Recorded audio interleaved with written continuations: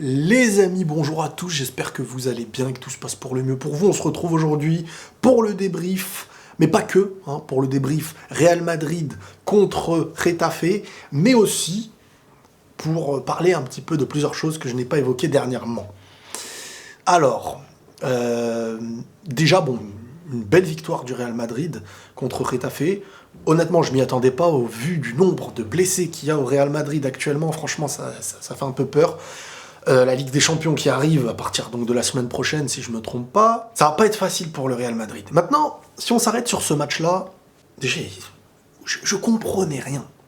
Le banc du Real, déjà, ce qu'il fallait savoir, c'est que c'était l'équipe League Master quand tu débutais à l'époque de PES. Les Mirinda, Castolo et Spina et compagnie, j'en passe. Ça fait peur. Donc, tu vois sur le terrain Marcelo, Mendy, défenseur central, avec Varane, Nacho, tu te dis, c'est une défense à 3, c'est une défense... Et pour vous dire la vérité, franchement, Mendy, défenseur central, et Varane, pour moi, ça a concédé presque aucune occasion. Ils ont été propres. Deux mecs que tu peux pas prendre de vitesse. Un Mendy surpuissant, en plus, qui marque dans le match. Et un Marcelo, quand tu le mets haut, qui va toucher le ballon et qui n'est pas beaucoup plus dans l'idée de devoir défendre, et ben il est concentré sur le ballon et il fait des bons choix, il sait conserver le ballon, il fait des bonnes passes, techniquement il sait faire la différence. Alors il est un petit peu lourd, il est pas ultra mobile c'est sûr, mais quand tu lui fais la passe, tu t'attends pas à quelque chose qui ressemble à des gribouillis quoi. Alors qu'avant, au vu de l'âge, du cardio etc qu'il a plus, le poste dans lequel il est censé jouer à la base, c'est un poste qui lui demande de la justesse offensive parce que c'est un tueur, offensivement il est super chaud.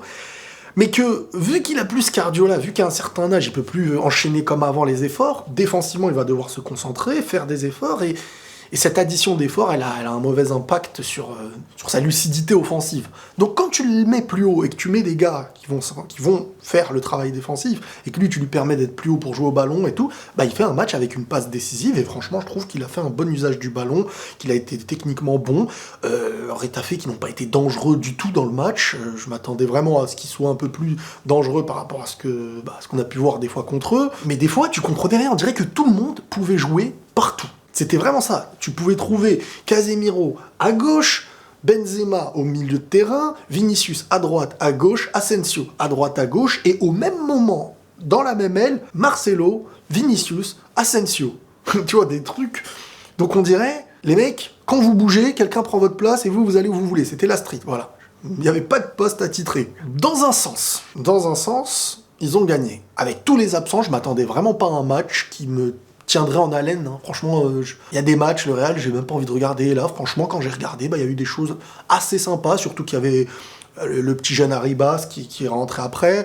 On a eu le Marvin qui a dû toucher de balle, mais qui restait quand même très timide. C'est les matchs, voilà, où tu te retrouves avec des petites surprises, en fin de compte. Et un Vinicius qui, quand il a vu Kubo, il s'est dit ça, ce match-là, je m'en charge. Parce que là, tu sais très très bien que Kubo, il va tout donner contre son club, et t'as Vinicius qui va tout faire pour prouver qu'on a bien fait d'envoyer Kubo en prêt. Même si moi j'aimerais bien l'avoir Kubo en remplaçant, qui rentre, qui fait du bien. Vinicius qui, certes, malgré tout, on va pas se mentir, alors il y a de la bonne volonté, il y a de la percussion, c'est un petit qui vraiment, il veut donner, mais pour moi il manque d'une justesse qui parfois va pénaliser. Il y a une contre-attaque, cette passe-là, voilà, il y a l'appel, faut pas la rater la passe. Du moins, faut la mettre dans une bonne zone, cette passe. Et lui, il va te la faire, mais complètement ratée. Mais juste derrière, tu vois, quand tu le critiques, il te lâche un bon centre, tête de Benzema et but. Et ensuite, t'as un Mendy qui te sort, pour moi, un match de fou, encore une fois. Il est rentré dedans, il fait les efforts, et sur l'action avec Marcelo. Tac, 1-2, il lui met, Marcelo qui lui remet en centre, et but, et franchement, c'est beau. Et ce que j'ai aimé chez Marcelo dans ce match-là, c'est que j'ai eu l'impression qu'il avait ce plaisir de toucher le ballon. Et ça, je l'avais pas revu depuis longtemps, ce qui est normal, parce que il était dans un poste qui ne lui convient plus aujourd'hui, en fait, pour moi. C'est un poste qui lui convient plus. Faut plus lui demander de défendre, c'est un mec offensif. Mieux vaut demander un effort plus loin derrière pour Vinicius, et c'est ce que j'ai remarqué, que pour Marcelo. Marcelo, c'est vas-y, reste plus haut.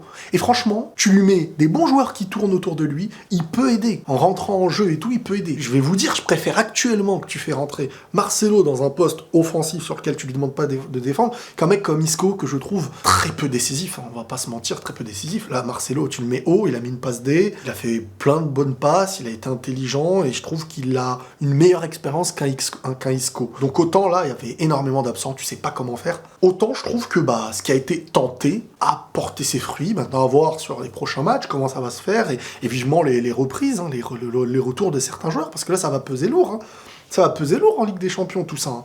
S'ils arrivent à le faire contre l'Atalanta, ça peut être sympa, mais bon, j'ai un peu peur, j'avoue. Je vais revenir sur plusieurs choses, hein, parce que ce week-end, j'ai enchaîné, il s'est passé plein de choses, j'ai pas eu le temps vraiment de pouvoir faire les débriefs, je suis désolé vraiment. Donc ce week-end, le Real Madrid a gagné de justesse, avec un doublé de Varane, et un Varane que je trouve en confiance. Un Varane qui fait plaisir à voir, avec la rumeur d'un Varane qui pourrait partir. Pour le moment, la rumeur de Varane qui pourrait partir, j'y crois pas trop. Certains disent que s'il aurait des envies de s'en aller, ce serait le meilleur moment de le vendre, parce que là, il coûterait cher, et après, imaginons, il prolonge pas, voilà, il reviendrait moins cher sur sa dernière année. Ramos, paraîtrait-il qu'il ne renouvellera pas. Fin d'un cycle. De toute manière, Ramos, comme je vous ai dit, moi j'ai envie qu'il reste, hein. Attention, ne me faites pas dire ce que j'ai pas envie de dire.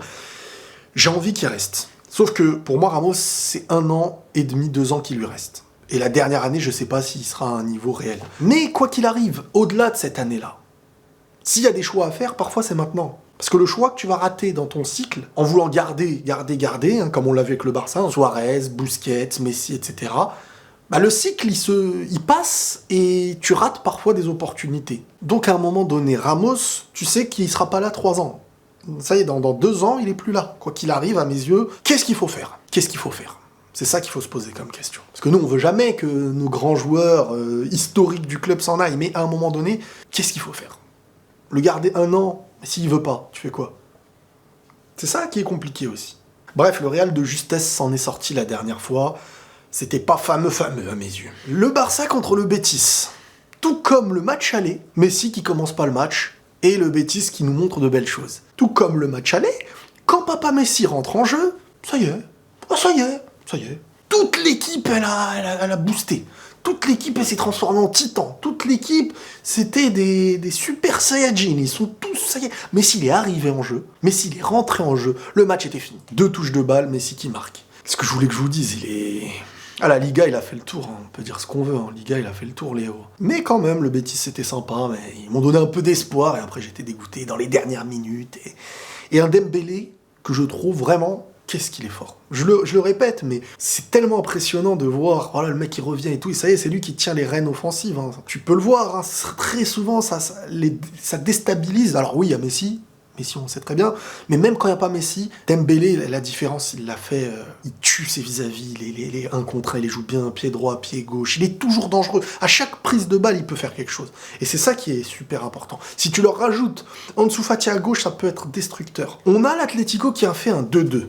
Hein. Bon, quand le Real, ils sont deuxième, ils font pas des 2-2. Hein. C'est quand le Barça, ça y est, il se rapproche d'eux, que là, ils commencent à venez maintenant, venez, c'est bon, on vous aime bien. Bref. Sinon, on revient sur un doublé encore de Suarez. Suarez, c'est compliqué.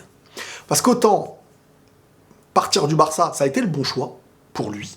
S'en séparer pour le Barça, pourquoi pas, si tu le remplaces. Parce que moi, je suis le premier à dire, c'est un bon choix de s'en aller. Comme je dis à la fin d'un cycle.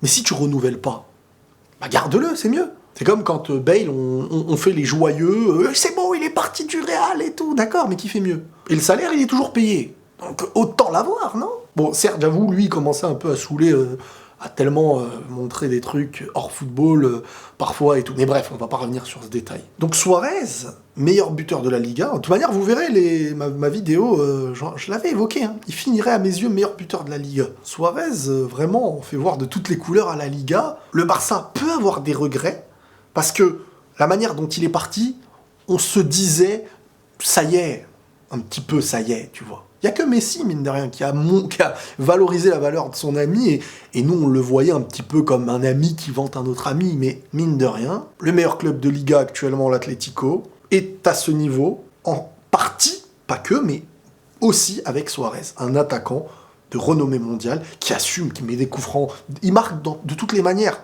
avec une équipe autour de lui qui est sérieuse et un coach très très sérieux. Donc Suarez, là, il est bien parti pour prendre le trophée de la Liga et être le meilleur buteur de la Liga. Tout peut se jouer en Liga et tout peut changer, ne l'oubliez pas. Il y a l'interview d'Eden Hazard, qui évoquerait, pendant ma blessure, il y a quand même un côté limite positif, de retrouver la famille, les trucs et tout.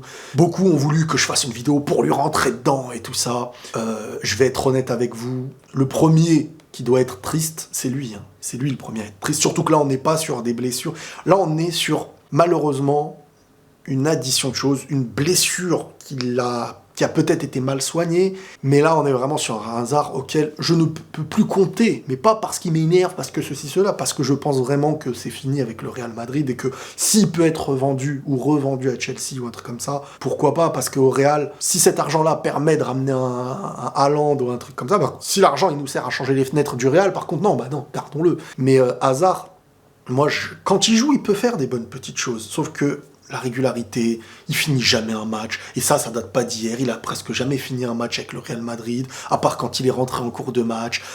Tu sens que voilà, ceux qui le suivent en interne n'en font pas la relève, d'un Cristiano, ça on le sait, mais je veux dire d'un taulier qui est là pour être le taulier, et la mentalité d'un taulier. Maintenant, je vais pas lui rentrer dedans parce qu'il a dit des choses que les journalistes savent utiliser pour mettre en gros sur les magazines. Hazard, je suis bien maintenant avec ma famille, je sais pas quoi. Non, on lui pose des questions, il répond. Et je pense pas qu'il est heureux d'être blessé parce que maintenant il reste avec sa famille. C'est pas ça, faut pas le prendre comme ça. Attention, n'oubliez pas qu'il y a le titre, il y a ce qui est dit, il y a ce qui est ressenti, etc. Bref, autant c'est un joueur, on sait qu'il kiffe la fête, je sais pas, mais qui kiffe avoir cette hygiène de vie un petit peu comme parfois un mec qui n'est pas footballeur, bien manger, et ne pas calculer trop son poids, même si, ça y est, il était revenu à un très bon poids, peut-être même un peu trop mince, des fois je me disais, au vu de Hazard qui a besoin des grosses cuisses musclées pour ses appuis, et pour maintenir ses jambes, quoi. Mais je suis dans le questionnement, hein, je peux pas vous dire, mais j'avoue que je ne m'attends pas à ce que, ça y est, le Hazard qu'on attendait soit le Hazard qu'il a été. Et surtout, j'ai beaucoup de retours qui disaient « Mais regardez, le Barça a été patient avec Dembélé. » Oui, mais Dembélé, il a quel âge, les gars? Dembélé, il est super jeune, hein. On dirait qu'il a commencé il y a longtemps, mais il est très très très jeune. Hein. Il a quoi, 1 an de plus, ou 1 an ou 2 ans de plus que Mbappé? C'est tout. Donc c'est incomparable avec Hazard, qui, ça y est, il est dans les 30 ans maintenant, je crois. Donc voilà. Bref, le Barça demain joue contre Séville en coupe, je crois. Je sais pas si c'est en coupe ou pas, mais Séville, j'espère vous allez être solide. Vous allez faire le travail. Bref, voilà, les amis, prenez tous soin de vous et la paix sur vous.